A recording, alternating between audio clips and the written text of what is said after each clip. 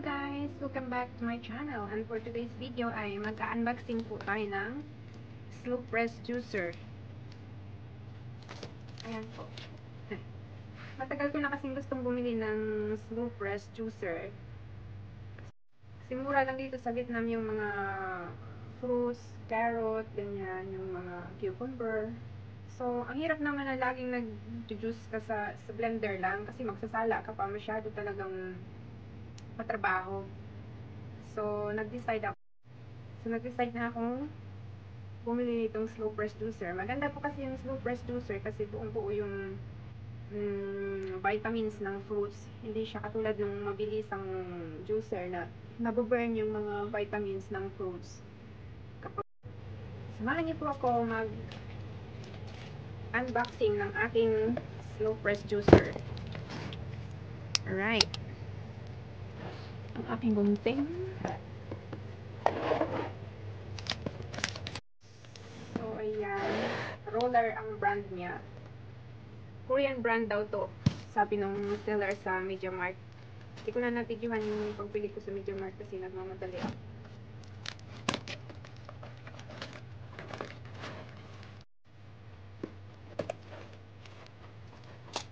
So, yan. Tapos yan yung hook niya.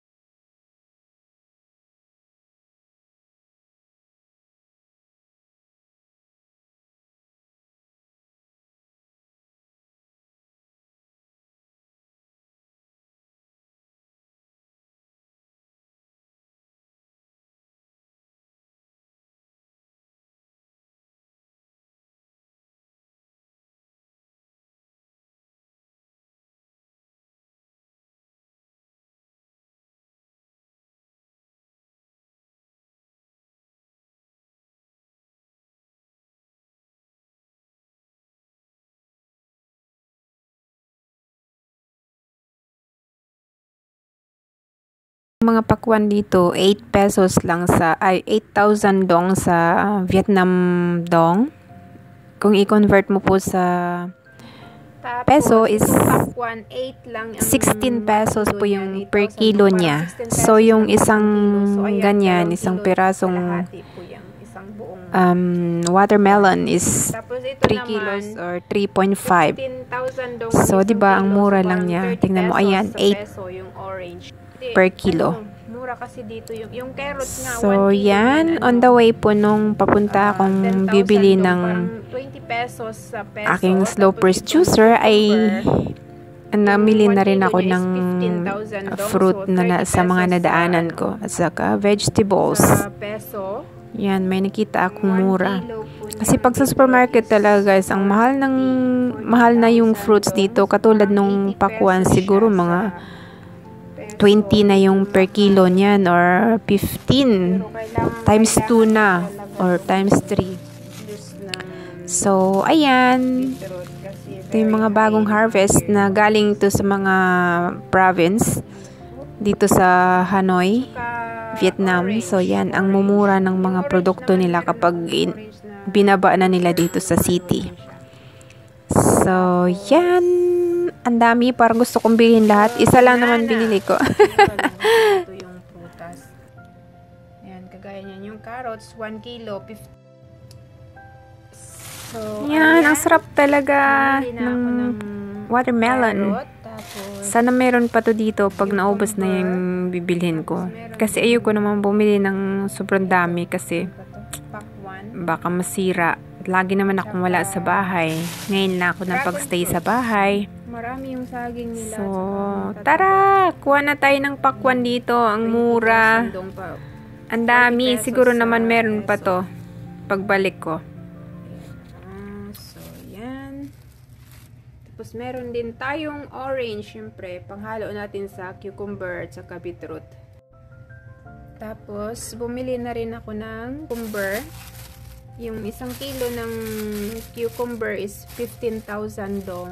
Kung sa peso is 30 pesos. Tapos, pang juice din, panghalo ko sa beetroot, carrot, 15,000 dong. 10,000 pala yung kilo. So, ayan, medyo na out of season na rin, pa-out na rin yata ang season ng orange. Ngayon, medyo mahal na. Dati, 10,000 lang yung isang kilo, which is 20 pesos in peso. Ngayon, 15 na siya. Yan, local orange po siya. 15 yung per kilo. So, ayan, meron na akong mga fruits at saka vegetables. Ito po yung ayan is yung beetroot. Very rich in iron po yung beetroot. Maganda siya haluan ng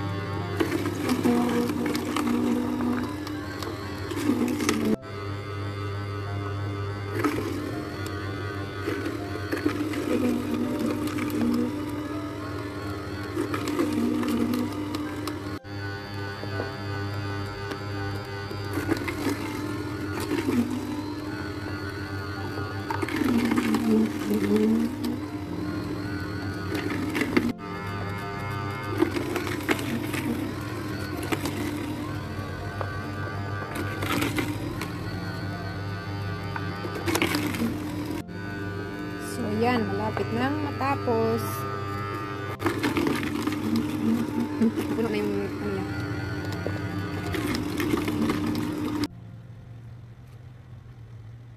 So, yan.